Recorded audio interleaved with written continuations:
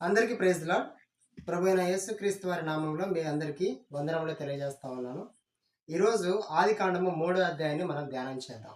ఈ యొక్క అధ్యాయము మనందరికీ చాలా బాగా తెలుసు. ఈ అధ్యాయంలో సర్పము మరి యుక్తి గలిదిగా ఉండి హవ్వను మోసపరిచి ఈ లోకంలోనికి పాపం ప్రవేశించడానికి కారణమవుతూ వచ్చింది. అదేవిధంగా హవ్వ యొక్క మాటలు విని ఆదాము కూడా ఆ ఫలములు తిని ప్రభు యొక్క ఆజ్ఞను వారు త్రోసివేసి ఆయన మాట వినకుండా వారు పాపం చేసిన వారుగా ఉండి శాపగ్రస్తులై ఏ విధంగా ఈ లోకానికి శాపాన్ని కొని తెచ్చారో స్పష్టంగా ఇక్కడ రాయబడింది. ఇక్కడ మొదటి వచనంలో దేవుడైన యెహోవా చేసిన సమస్త భూజంతువులలో సర్పము యుక్తిగలదై ఉండెను. అది ఆ స్త్రీతో, ఇది నిజమా? ఈ తోట చెట్లలో దేని ఫలములను మీరు తినకూడదని దేవుడు చెప్పినా అని అడిగాను. ఇక్కడ దేవాది దేవుడు ఆదికాండం 1వ అధ్యాయంలో సర్వ సృష్టిని కేవలం తన మాట చేత, తన వాక్కు చేత సృజించాడు. తన యొక్క పని అంతటిని, సృష్టి అంతటిని కూడా 6వ దినములో పూర్తి చేశాడు. అదే 6వ దినమున నరుని సృజించాడు తన పోలికతో, తన స్వరూపంతో. అయితే 7వ దినమున ఆయన విశ్రమించాడు. అది 1వ అధ్యాయం అయిపోయింది. 2వ అధ్యాయంలో ఆయన నరుని నేలమండితో చేశాడు, ఏదేమో తోటలో ఉంచాడు. మంచి చెడ్డలను చదివించేటువంటి వృక్షాలు, జీవ వృక్షము, ఆ 2 వృక్షాలు స్పెషల్గా ఆ ఏదైనా వనంలో ఉంచి మంచి చెడ్డలు తెలివినిచ్చేటువంటి చెట్టు తినొద్దని చెప్పాడు. అది 2వ అధ్యాయం. 3వ అధ్యాయంలో ఈ యొక్క సర్పము అనేటువంటిది ఇక్కడ స్త్రీతో మాట్లాడుతూ ఉన్నది. ఈ సర్పము, ఈ సాతాను అనేది ఎక్కడి నుంచి వచ్చింది? దీనికి బైబిల్ చెప్పేటువంటి సమాధానం ఏంటంటే యెషయా గ్రంథము 14వ అధ్యాయము 12, 13 వచనాలు మనం గమనిస్తే, తేజో నక్షత్రమా, వేకువ చుక్క, నీ వెట్లు ఆకాశం నుండి పడితివి, జనములను పడగొట్టిన నీవు నేల మట్టం వరకు ఎట్లు నరకబడితివి. తర్వాత చాలా ప్రాముఖ్యమైనటువంటి సంగతి, నేను ఆకాశములకు ఎక్కిపోయేదను, దేవుని నక్షత్రములకు పైగా నా సింహాసనమును హెచ్చింతును. తర్వాత 14వ వచనంలో, మహోన్నతునితో నన్ను నేను సమానునిగా చేసుకొందును. ఇక్కడ సమానునిగా చేసుకొందును. లూసిఫర్ అనేటువంటి మహాదూత, దూత అంటే చాలా మంది స్త్రీ లింగం అనుకుంటారు, కానీ సమానునిగా, సమానురాలునిగా కాదు, సమానునిగా అంటే అక్కడ మేల్ ప్రొనౌన్సియేషనే అక్కడ ఉన్నది. లూసిఫర్ను ఒక మగ దూతగానే అక్కడ అభివర్ణించడం జరిగినది యెషయా గ్రంథంలో. దేవుని యొక్క సింహాసనం కింద దేవుని తర్వాత ఉన్నటువంటి ప్రధానమైనటువంటి దూత లూసిఫర్ దూత. ఆ దూతకు ఉన్నటువంటి మరొక పేరు ఏంటంటే తేజో నక్షత్రము, వేకువ చుక్క. ఎంతో ప్రకాశవంతంగా ఉండేటువంటి ఆ యొక్క దూత తేజో నక్షత్రము, ఆ వేకువ చుక్క ఏం చేయబడతా వచ్చింది అంటే ఆకాశము నుండి పడిపోయినదిగా ఉన్నది, నేల మట్టము వరకు ఎట్లు నరకబడితివి. నేల మట్టము వరకు, నేల కింద ఎంత వరకు ఉంటే అంత కిందికి, నేల కిందికి వెళ్ళిపోయింది. ఎవరు? ఆ తేజో నక్షత్రమైనటువంటిది, ఆ వేకువ చుక్క. తేజో నక్షత్రాలు, చుక్కలు ఎక్కడుంటాయి? ఆకాశములో కొన్ని కోట్ల కాంతి సంవత్సరాల దూరంలో చాలా ఎత్తులో కనబడేట్టుగా ఉంటాయి.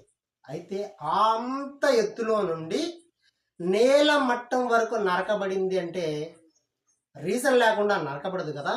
వెంటనే కింద గ్రంథకర్త చెప్తాడు, నేను ఆకాశం వరకు ఎక్కిపోయేదను, ఇక్కడ మహోన్నతునితో నన్ను నేను సమానునిగా చేసుకొందును. అంటే మొట్టమొదటిగా పాపం అనేది లూసిఫర్ అనేటువంటి మనసులో ప్రారంభమైంది. లూసిఫర్ అనేటువంటి మహాదూత దేవుని తర్వాత ఆ యొక్క దూతనే అంత ఘనంగా అక్కడ పరలోకంలో ఉండేది. అయితే తను అనుకున్నదంట, ఆ మహోన్నతుడైనటువంటి దేవుని వైపు చూసిందంట. అయ్యో, ఎంత ఉన్నతంగా ఉన్నాడు ఆయన దేవుడు, అంత ఉన్నతంగా ఉన్నాడు. ఇక్కడ చూస్తే యెషయా గ్రంథం 6వ అధ్యాయంలో పరిశుద్ధుడు, పరిశుద్ధుడు, పరిశుద్ధుడు, గాన ప్రతిగానములు అంటే అర్థం ఏంటో తెలుసా? పరిశుద్ధుడు, ఇక్కడ పరిశుద్ధుడు, మళ్ళీ ఇక్కడ పరిశుద్ధుడు అనే లోపు ఇంకొక పరిశుద్ధుడు, పరిశుద్ధుడు, పరిశుద్ధుడు, పరిశుద్ధుడు, పరిశుద్ధుడు. ఎక్కడ చూసినా పరిశుద్ధుడని పిలువబడుతూనే ఉన్నాడు.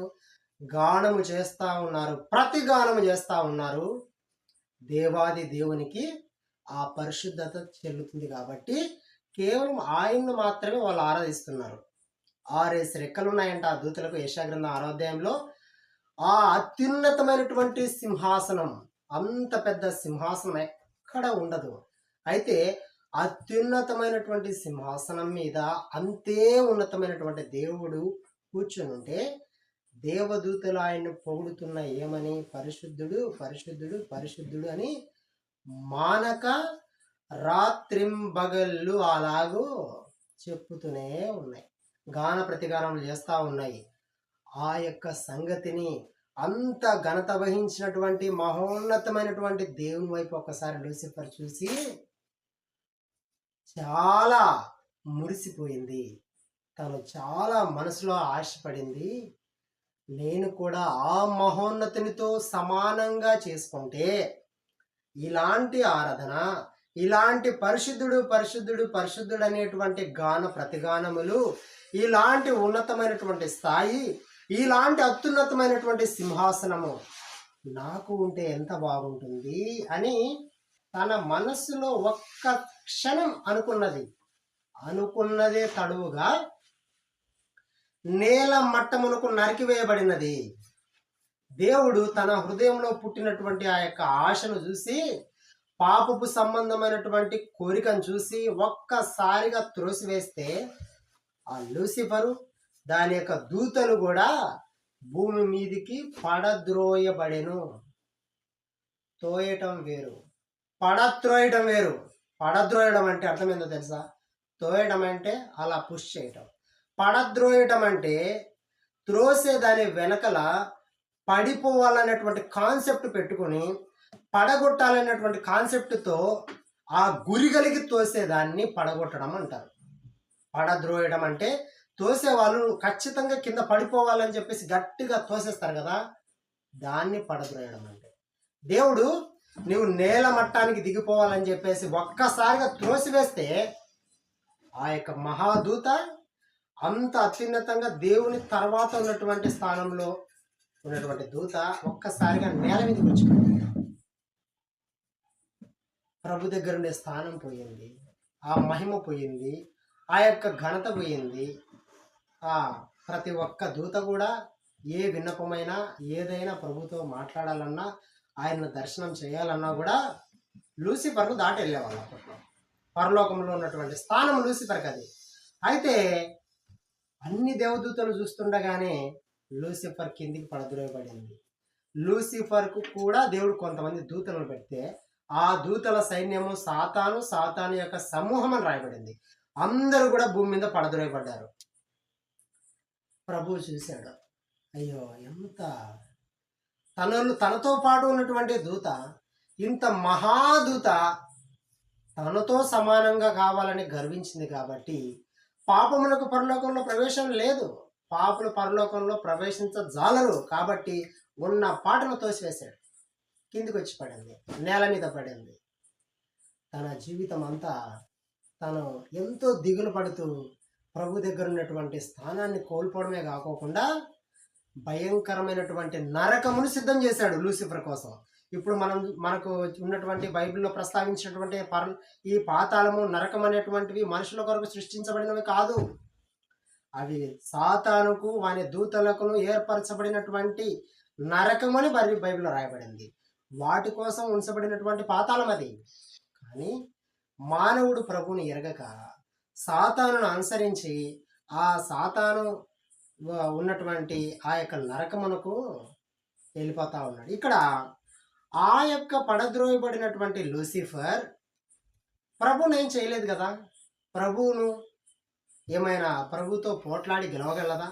ప్రభుతో యుద్ధం చేయగలదా? చేసినా కూడా గెలవలేనటువంటి అసమర్థత కలిగినది. ప్రభువు కంటే ఎవరు శక్తిమంతులు లేరు.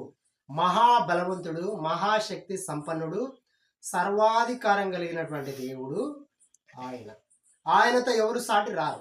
అయితే అటువంటి దేవుని దగ్గర నుంచి పడద్రోయబడిన తర్వాత ప్రభు స్వరూపంలో ఉన్నటువంటి, ప్రభు పోలికతో ఉన్నటువంటి ఆదాము హవ్వలను చూసి వీళ్ళేంటి అచ్చం ప్రభులాగే ఉన్నారు, అచ్చం దేవునిలాగే ఉన్నారు, దేవుని పిల్లలు, నేను వీరిని పాడు చేస్తే ఆ దేవుని నేను బాధ పెట్టిన వాడిగా ఉంటాను, కాబట్టి నాకు స్థానం దక్కలేదు. అదేవిధంగా వీరికి కూడా ఎటువంటి స్థానం దక్కకూడదు, వీరిని కూడా నాతో పాటు నాశనానికి తీసుకెళ్లాలని చెప్పేసి వారిని మోసగించడానికి ఆ ఏదేను తోటలోకి వచ్చింది. ఇది సర్పము. సర్పము సాతానుకు సూచనగా ఉన్నది. సాతాను సర్ప రూపంలో వచ్చి ఇక్కడ ఏముంది? ఇది నిజమా? ఏది నిజం? ఆ చెట్టు తినకూడదు, ఆ చెట్టు ఫలములు మీరు తినకూడదు అని దేవుడు చెప్పాడంట కదా, అది నిజమా? అంటే మీరు వీటిని తినమున చచ్చిపోతారు, నిశ్చయంగా చచ్చెదరు, వీటిని మీరు తినకూడదు అన్నటువంటి సంగతి మొదటిగా చెప్పిన దేవునికి తెలుసు, విన్నటువంటి ఆదాముకు తెలుసు. మూడో వ్యక్తి ఉన్నారు, లూసిఫర్ అనేటువంటి దూత కూడా ఆ విషయం తెలుసు. కాబట్టి ఇది నిజమా అని అడుగుతాంది అవ్వని. ఇక్కడ ఇది నిజమా? ఈ తోట చెట్ల ఫలంలో దేన్ని కూడా తినకూడదు అని చెప్పి దేవుడు చెప్పాడా అంటే అవి ఏమన్నది, అవును, ఏమి తినకూడదు అని చెప్పాడు. ఎందుకంటే వాటిని తింటే మేము చనిపోతామంట. ఇక్కడ రాయబడింది. ఇక్కడ తినకూడదు, మీరు చావకుండున్నట్లు వాటిని తినకూడదు, వాటిని కేవలం కనీసం ముట్టుకొని కూడా ముట్టుకోకూడదు అని దేవుడు చెప్పాడు. కాబట్టి మేము వాటిని తినకూడదు అని హవ్వ సర్పంతో చెప్పింది. అప్పుడు సర్పం వెంటనే కలుగజేసుకొని, ఎంత పచ్చి అబద్ధికుడు అంటే సాతానుడు, 4వ వచనంలో మీరు చావనే చావరు. ఇక్కడ అర్థం ఒకటి ఉన్నది. చావు అనేది, మరణం అనేది 2 రకాలు. శారీరకమైనటువంటి మరణం ఒకటైతే ఆత్మకు వచ్చేటువంటి మరణం ఒకటి. మనం ఆల్రెడీ 2వ అధ్యాయంలో చూసాము. జీవం అనేది ప్రాణము, తర్వాత మనలో ఉన్నటువంటి ఆత్మ అనేది అది నిత్యత్వంలో ప్రవేశించేది.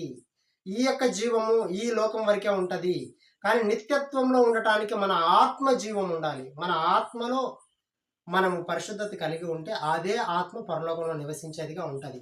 అయితే దేవుడు చెప్పినటువంటి మాట ఏంటంటే, మీరు వాటిని తిను దినమున నిశ్చయముగా చచ్చెదురు అంటే అర్థం ఏంటంటే అప్పుడే చనిపోతారు అనేది కాదు. కానీ మీ జీవితంలో మరణం నేను పెట్టలేదు, మీ జీవితంలో మరణము చావు అనేటువంటి కాన్సెప్ట్ నేను పెట్టలేదు.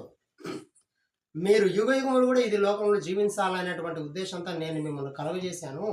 ఒకవేళ మీరు నా మాట వినకుండా నేను చెప్పినటువంటి ఫలాలు మీరు తింటే, తినకూడదని నేను చెప్పాను, మీరు వాటిని తింటే నిశ్చయంగా మీ జీవితంలోనికి మరణం ప్రవేశిస్తుంది అని చెప్పాడు. అయితే మీరు చావరు అని పచ్చి అబద్ధం చెప్తూ ఇంకొక మాట చెప్పాడు. మీరు చావనే చావరు, ఏలైనగా మీరు వాటిని తినమున మీ కన్నులు తెరవబడును. ఇక్కడ ఎంత మంచి మాట చూడండి, కన్నులు తెరవబడతాయి, మంచి చెడ్డలను ఎరిగిన వారై. ఇదంతా కరెక్టే. మీరు దేవతల వలె ఉందురు. సాతానుడు హవ్వతో చెప్పినటువంటి 4 సంగతుల్లో 2 సంగతులు పచ్చి అబద్ధములు, 2 సంగతులు వాస్తవములు. సాతానుడు ఎప్పుడు కూడా ఒక పాపమును మనకు మంచిగా చూపించి అందులో చెడుకుంటుంది. మనకు చూపించడానికి అది మంచిగానే చూపిస్తాడు, ఇందులో ఏం తప్పు లేదు కదా అన్నట్టుగా మనం ఫార్వర్డ్ అవుతాం. వెళ్ళిన తర్వాత దానిలో చెడు ఉంటుంది. దాన్నే అబద్ధికుడు, అబద్ధమునకు జనకుడు అని అంటారు సాతాను. ఇక్కడ మీరు చావనే చావరు, నెక్స్ట్ మీరు దేవదూతల వలె ఉంటారు, దేవతల వలె మీరు ఉంటారు అన్నటువంటి ఈ 2 మాటలు చాలా అబద్ధం. ఇంకా 2 వాస్తవాలు ఏంటి? మీ కన్నులు తెరవబడతాయి, మీరు మంచి చెడ్డలను ఎరుగుతారు అనేది వాస్తవమే. ఆ పండు తిన్న తర్వాత కింద అప్పుడు ఆ స్త్రీ ఆ ఆహారములకు వృక్షం మంచిది, కన్నులకు అందమైనది, వివేకచరమైనది చూచినప్పుడు 2వ అధ్యాయంలో ఉంది ఆల్రెడీ. అన్ని చెట్ల యొక్క ఫలాలు కూడా చూసేదానికి రమ్యంగా ఉన్నాయి, తినేదానికి మంచిగా ఉన్నాయి. ఇది కూడా అలాగే ఉంది, తేడా ఏమనిపించలేదు.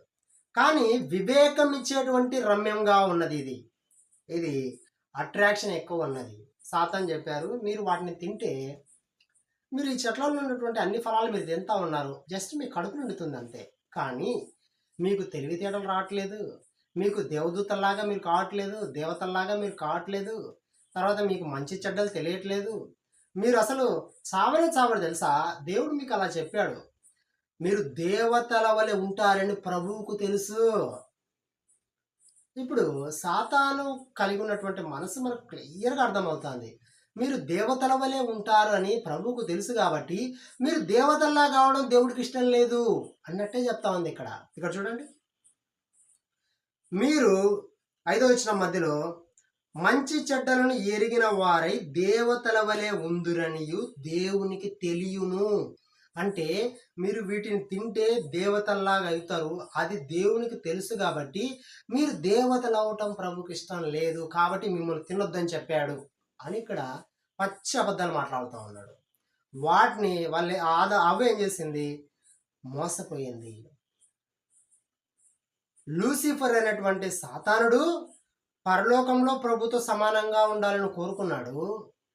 చివరికి దేవుడు తన చేతులతో చేసినటువంటి ఆదాము నుంచి వచ్చినటువంటి ఎముకలో ఎముకైనటువంటి మాంసంలో మాంసమైనటువంటి అవ్వ కూడా నీవు దేవత అవుతావంటానే ఒక్కసారిగా దేవతలాగా ఊహించుకున్నది. అంటే దేవతలాగా నేను అయిపోతానా? అంటే దేవునికి నేను దేవతను అవ్వడం ఇష్టం లేదా అన్నట్టుగా ప్రభువు మాటను త్రోసివేసింది. కానీ ఆ సర్పం యొక్క మాట, సాతాను మాటనే తనకి చాలా ఇష్టంగా అనిపించింది. మీరు చావరు అంటే మరి దేవుడు చచ్చిపోతారని చెప్పాడే, చావమా? అవునా? మీరు దేవతల్లాగా ఉంటారు, మీకు బాగా తెలివి వస్తుంది. ఇప్పుడు మీరు తెలివి లేకుండా బట్టలు లేకుండా ఉన్నారు అన్నట్టుగా సాధారణుడు మీకు తెలివి వస్తుంది, మీరు దేవదూతల్లా ఉంటారు. మీరు ఈ విధంగా అనేసరికి మేము దేవతల్లాగా ఉంటామా? దేవతలంటే దేవుళ్ళతో సమానం అన్నట్టుగా హవ్వ ఊహించుకొని ఏదైతేనేమి ఇవన్నీ ఆశల రేకెత్తాలకి హవ్వ ఆ పండు తీసుకొని తిని తన భర్తకును ఇచ్చాను, తన భర్త కూడా తినేను. దేవుడు చెప్పిన మాట వినలేదు. ఇక్కడ హవ్వ చెప్పినటువంటి మాట విని పండు తిన్నాడు. ఇంకొక వచనంలో రాయబడి ఉంటుంది, ఆదాము మోసపరచబడలేదు కానీ హవ్వ మోసపరచబడి అపరాధంలో పడెను. అంటే అర్థం ఏంటి? సర్పం డైరెక్ట్గా ఎవరి దగ్గరకు వచ్చింది? ఆదికాండం 3వ అధ్యాయంలో హవ్వ దగ్గరికి వచ్చింది. అయితే అక్కడ చెప్పేటువంటి మాట ఏంటి? ఆదాము మోసపరచబడలేదు. ఆదాము దగ్గరికి కూడా పాపపు ప్రేరేపణ, ఆ కాయలు తినాలి, ఆ పండు తినాలనేటువంటి ప్రేరేపణ బహుశా వచ్చిందేమో. అయితే ఆదాము మోసపరచబడలేదు. ఎందుకో తెలుసా? దేవుడు తినకూడదని చెప్పినటువంటి సమయంలో హవ్వ లేదు. హవ్వ అప్పటికి ఇంకా తయారు చేయబడలేదు. ఆదాము ఒక్కడే ఉన్నాడు ఏదైనా తోటలో. ఆదామా, ఈ పండు నువ్వు తినద్దు, నీకు ఈ తోట చెట్లలో ఉన్నటువంటి అన్ని చెట్లు నీకే ఇచ్చాను, అన్నీ బాగా తృప్తిగా తిను, కష్టపడాల్సిన అవసరం లేదు, అవే కాయలు కాస్తాయి, మంచిగా నీ కడుపు నిండా తిని తృప్తి పొంది హ్యాపీగా ఉండు, ఈ లోకంలో హ్యాపీగా ఉండు, కానీ నేను నీకు ఈ ఒక్క చెట్టు ఫలమును తినొద్దని చెప్తున్నాను, ఈ ఒక్కటి తినొద్దు అన్నా. ఇక్కడ ఒక చిన్న స్టోరీ చెప్తాను నేను మీకు. ఒక తల్లిదండ్రులు ఇద్దరు వాళ్ళు ఏం చేశారంటే తన యొక్క కుమారుడితో చెప్తారు, ఈ గంప కింద చాలా ముఖ్యమైనటువంటివి ఉన్నాయి, ఈ గంపను ఎట్టి పరిస్థితుల్లో నువ్వు ఓపెన్ చెయ్యొద్దని చెప్పి ఒక గంప లోపల కొన్ని కోడి పిల్లలు, కోడి ఇవన్నీ ఉన్నాయి. ఒక కోడి తన పిల్లలతో సహా ఒక గంపను మూసిపెట్టి అలా వాళ్ళు బయటికి వెళ్ళారు. బయటికి వెళ్ళి మేము వచ్చేంత వరకు ఈ గంపను తీయొద్దు, ఎందుకంటే అది ఎందుకు డాడీ ఎందుకు తీయొద్దు మమ్మీ అంటే, నీకు తెలియదు తీయొద్దు అలాగే ఉంచుదని అని చెప్పేసి వాళ్ళు వెళ్ళిపోతారు. వాళ్ళు వెళ్ళిపోయిన తర్వాత వాళ్ళు వెళ్ళినప్పటి నుండి కూడా ఈ గంప కింద ఏముందో ఏమో, ఎందుకు తీయొద్దని చెప్పారు, ఎందుకు దీన్ని ఓపెన్ చేయొద్దని చెప్పారు, దేన్ని ఎందుకు బయటకు తీసేయమని చెప్పారు అని చెప్పేసి ఉదయం నుంచి సాయంత్రం వరకు ఆలోచించి తనకు క్యూరియాసిటీ పెరిగిపోతా ఉంది. ఏముందో ఏమో ఒక్కసారి తీసేసి మళ్ళీ అలాగే మూసిపెడతానే అనుకొని తీరా వాళ్ళు వచ్చే మూమెంట్లో వాళ్ళు ఇంకొక హాఫ్ అన్ అవర్కి ఇంటికి వస్తారనే సాయంత్రకాల సమయంలో తన యొక్క లోపల ఉన్న క్యూరియాసిటీని తట్టుకోలేక ఒక్కసారిగా గంపను ఓపెన్ చేస్తాడు. కోడి పిల్లలు మొత్తం బయటికి పారిపోతాయి. అయ్యో ఇప్పుడు నేనేం చేయాలి? ఇప్పుడు వాటిని పట్టుకొని వచ్చి గంప కింద మూసిపెట్టేటువంటి శక్తి తనకు లేదు, చిన్న పిల్లవాడు కదా. అప్పుడు ఏం చేస్తాడు? వచ్చిన తర్వాత తన తండ్రికి చెప్తే తన తండ్రి చెప్పిన మాట వినయంగా విధేయతగా వినడం నేర్చుకో అని గద్దించారు. అదేవిధంగా సాతాను ఆశ కల్పించినప్పుడు ఈ యొక్క పండును తింటే ఏమవుతుందో ఏమవుతుందో నిజంగా చూద్దామని వారిలో క్యూరియాసిటీ పెరిగిపోయింది. ఏదైనా తోటలో ఎన్ని రోజుల నుంచి ఉన్నారో లెక్క రాయలేదు కానీ, ఎన్ని దినముల గురించి సంఖ్య రాయలేదు కానీ, ఆ చెట్టును చూసిన ప్రతిసారి, ఆ పండును చూసిన ప్రతిసారి కూడా తింటే ఏం జరుగుతుందో ఏంటో అనేటువంటి క్యూరియాసిటీ వల్ల వారు ఆ యొక్క సర్పము మోసగించినప్పుడు అవ్వ వెంటనే అపరాధంలో పడిపోయింది. ఆదాం దగ్గరికి తీసుకొచ్చినప్పుడు ఆదాం కూడా తింటాడు. తాను వారు దిగంబరులమని తెలుసుకొని అంజురపు ఆకులు కుట్టి తమకు కచ్చడములను చేసుకొనిరి. ఎందుకంటే సాతాను చెప్పినట్టుగా వారి యొక్క కన్నులు తెరవబడ్డాయి. వారు మంచి చెడ్డలను ఎరిగిన వారుగా ఉన్నారు. వారి కన్నులు తెరవబడి వారు తాము దిగంబరులుగా ఉన్నామనేటువంటి విషయాన్ని గ్రహించిన వారుగా ఉన్నారు. అంతకుముందు దిగంబరులుగా లేరా? అంతకుముందు దిగంబరులుగానే ఉన్నారు. పండు తిన్న వెంటనే కూడా వారు దిగంబరులుగానే ఉన్నారు. అయితే వారి కన్నులు తెరవబడ్డాయి. వారు మంచి చెడు అనేటువంటి కాన్సెప్ట్ వారి మధ్యలోకి వచ్చినది. మంచి ఆపోజిట్ చెడు, చెడు అంటే పాపమే. వారి జీవితంలో పండు తిన్న వెంటనే నిశ్చయంగా చచ్చదరంటే నిశ్చయంగా మీ జీవితంలోనికి మరణం ప్రవేశిస్తుంది, మీరు ఎప్పటికైనా చనిపోయేవారే అని దాని అర్థం. ఇక్కడ వారు అంజురపు ఆకులు కుట్టి వాళ్ళకు కచ్చడాలు చేసుకొని దాక్కున్నారు. అప్పుడు దేవుడు వచ్చి ఆదామా నువ్వు ఎక్కడున్నావు అన్నాడు. ప్రభువుకు తెలియదా? దేవుడు సమస్తమును చూచే దేవుడు కదా. ఆయన సాయంకాలం వేళ వచ్చి ఆదాము హవ్వలను పలకరించి వెళ్ళాలి, మాట్లాడి వెళ్ళాలి. నా స్వరూపంలో ఉన్నటువంటి పిల్లలు, నా యొక్క కుమారుడు కుమార్తె అని చెప్పేసి వచ్చి వారిని ప్రతిరోజు చల్లపూట పలకరించేవాడు దేవుడు. అదే విధంగా ఆదామా ఎక్కడున్నావు అన్నాడు. ఆదాము నేను దిగంబరినిగా ఉంటిని గనుక దాక్కున్నా. సిగ్గు తెలిసింది ఆదాముకు. ఇక్కడ 2వ అధ్యాయం చివరిలో వారు ఇక్కడ రాయబడింది, వారు దిగంబరులుగా ఉన్నారు, అయినా వారి సిగ్గు ఎరగలేదు. పండు తిన్న వెంటనే వారి కన్నులు తెరవబడ్డాయి, వారు సిగ్గుపడ్డారు. ఒకరిని చూసి ఒకరు సిగ్గుపడ్డారు, మాకు బట్టలు లేవని. తర్వాత అంజురపు ఆకులు కుట్టుకున్నారు బట్టల్లాగా. అప్పుడే టైలరింగ్ మాదిరి వారు ఒక్కొక్క ఆకు కుట్టుకొని వారికి అంతా కప్పుకున్నారు. కానీ అంజురపు ఆకులు ఎండిపోయాయి. దేవుడు వచ్చినప్పుడు దేవుని యొక్క స్వరం విని దేవుడైన యెహోవా ఎదుటికి రాకుండా తోట చెట్ల మధ్యలో ఆదాము దాక్కున్నాడు. మొట్టమొదటిగా పాపం చేసిన వారికి ఉండేటువంటి మొట్టమొదటి లక్షణము భయము. ధైర్యం ఉండదు, భయపడేవారుగా ఉంటారు. ప్రభు సన్నిధికి రావాలంటే కూడా భయపడతా ఉంటారు, ఎందుకంటే వారి జీవితంలో పాపం ఉన్నది. తర్వాత ఇక్కడ నువ్వు ఎక్కడ ఉన్నావు అన్నాడు. అప్పుడు ఆయన ఉడికి నీ స్వరం దిగంబరినిగా ఉన్నాను కనుక బాగా దాక్కున్నానంటే, అసలు నీవు దిగంబరివని నీకు తెలిపిన వాడు ఎవడు అంటే, ఒక్కసారిగా ఆదాము నువ్వు దిగంబరిగా అయ్యావని నీకు తెలిసిందంటే మంచి చెడ్డ అనేది నీకు తెలిసింది కదా.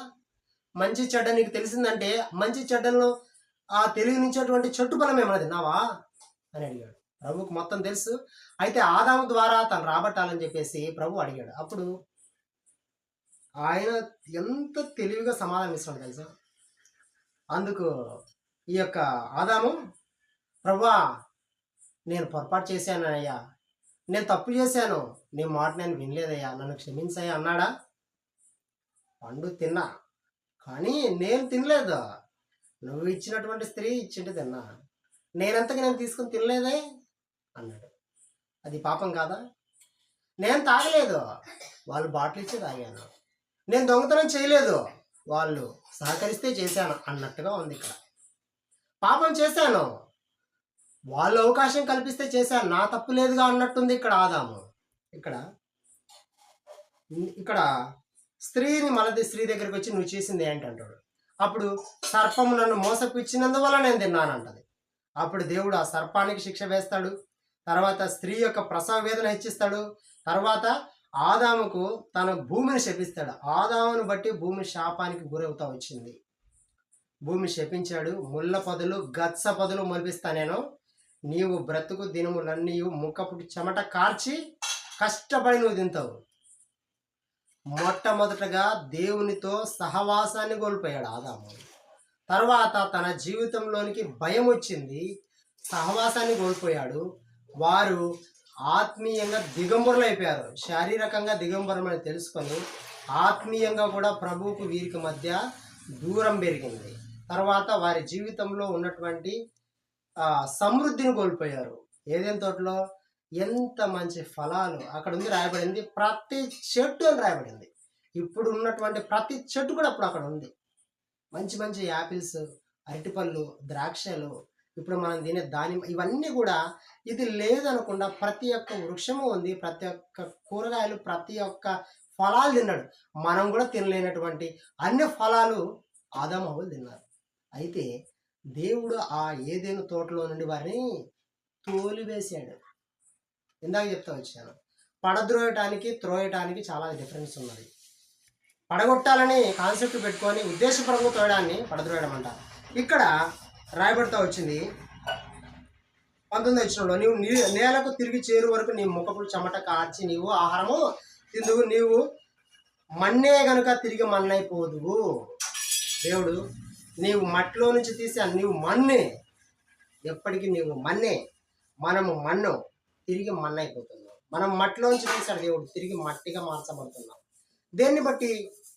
ఆదాము ద్వారా లోకమునకు మరణం ప్రవేశించినది, పాపం ప్రవేశించింది, పాపం ద్వారా మరణం ప్రవేశించింది. కాబట్టి ఆ మరణం ద్వారా మనం తిరిగి మంటికి మంటి అయిపోతా ఉన్నాం. తర్వాత ఇక్కడ రాయబడింది, ఇక్కడ దేవుడు జీవవృక్ష ఫలం ఇక్కడ వచ్చింది. జీవవృక్ష ఫలం అనేది, ఆ జీవవృక్ష ఫలములు తిన్న వాళ్ళు నిరంతరం జీవిస్తారు.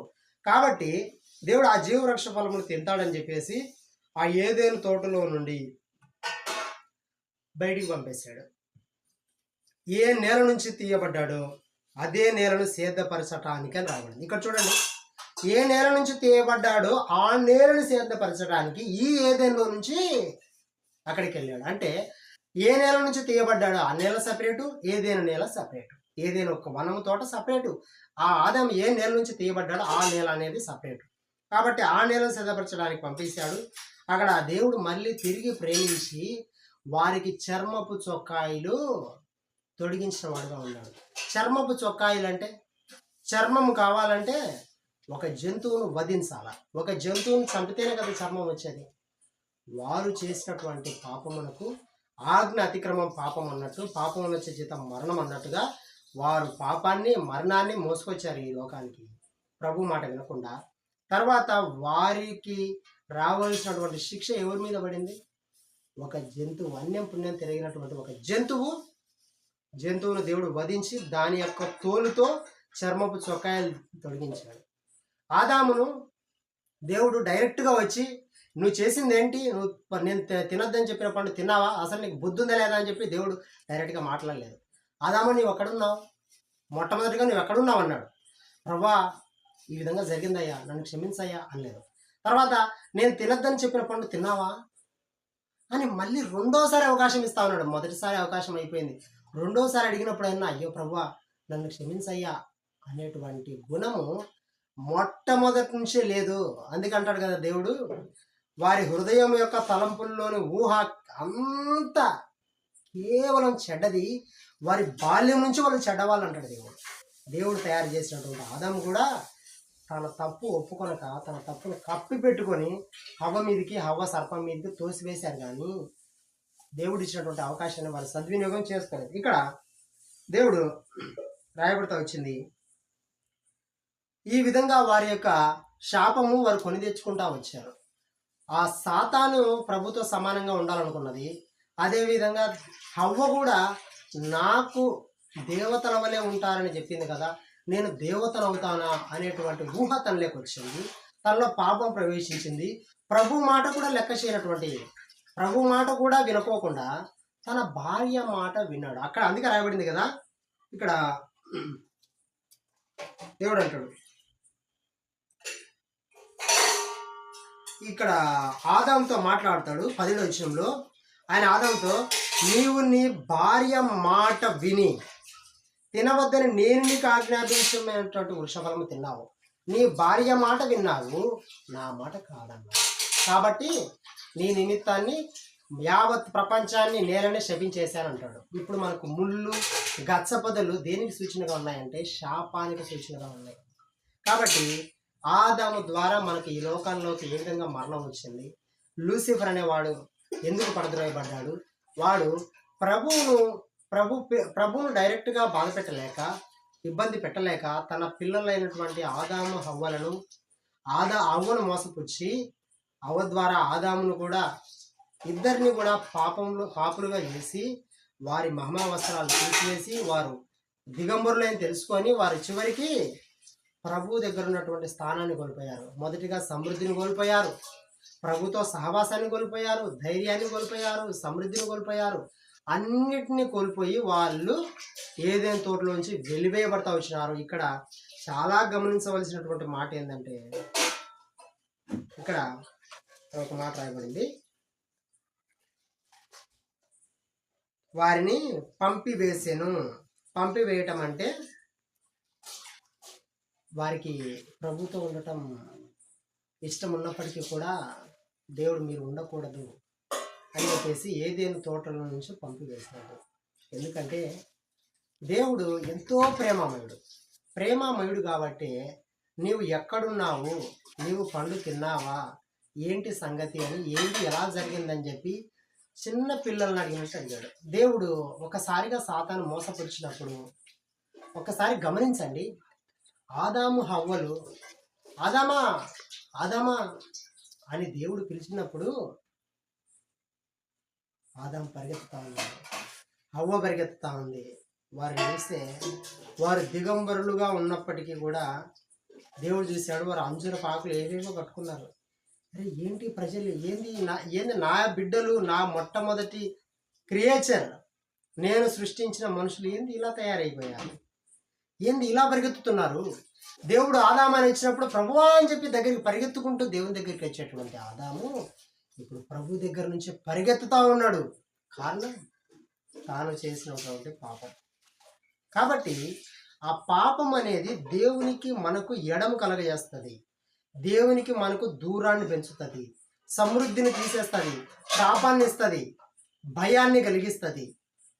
చివరికి మనంతకు మనమే కృత్రిమంగా వారు కచ్చడాలు చేసుకున్నట్టుగా మనము ఆ పాపాన్ని, ఆ సిగ్గును కప్పుకునేదానికి మనమే మన సొంత ఆలోచనలతో మనం కప్పుకునే వారంగా ఉంటాం.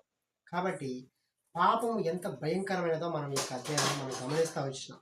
కాబట్టి ప్రభు యొక్క వాక్యంలో దీవించి ఆశీర్వదించినాక మీరు ఇంకా నా ఛానల్లో ఇలా వీడియోస్ వస్తూనే ఉంటాయి. మీకు నా వీడియోస్ ఇంకా బాగా కావాలంటే కనుక సబ్స్క్రైబ్ చేయండి, లైక్ చేయండి, షేర్ చేయండి. ప్రభు నామంలో నా యొక్క వాక్యము మిమ్మల్ని మీరు విని గ్రహించి ప్రభుకి ఇంకా సమీపంగా కావాలని నేను కోరుతాను. Okay, praise lord.